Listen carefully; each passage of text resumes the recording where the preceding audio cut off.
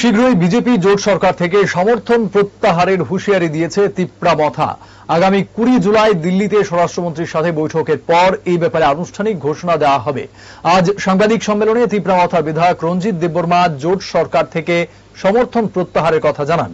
ইতিমধ্যে এ বিষয়ে মথা প্রাক্তন সুপ্রিমো প্রদ্যুৎ কিশোর দেববর্মনও সম্মতি দিয়েছেন। সাংবাদিক সম্মেলনে বিধায়ক রঞ্জিত দেববর্মা দাবি করেন, ত্রিপুরায় জনজাতি কল্যাণে ত্রিপাক্ষিক চুক্তি হয়েছিল, কিন্তু 1 বছর অতিক্রান্ত হয়ে গেলেও ত্রিপাক্ষিক চুক্তি মানছে না রাজ্য ও কেন্দ্রীয় সরকার। এদিকে ভিলেজ কমিটি নির্বাচনও অনুষ্ঠিত হচ্ছে না। একাধিকবার এ বিষয়ে মুখ্যমন্ত্রীর নিকট চিঠি দেওয়া হয়েছে, কিন্তু কিছুই মিলছে না। তিনি বলেন, তিপ্রা মথা বিজেপির শরিক হয়েও জনগণের জন্য কোনো কাজ করতে পারছে না।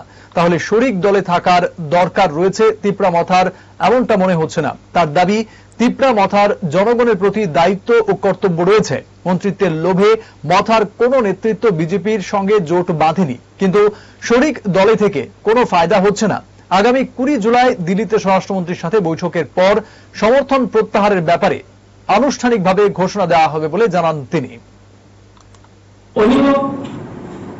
সমর্থন মানে বিজেপি থেকে রিজাইন দেওয়ার জন্য উনি তৈরি হয়ে গেছেন।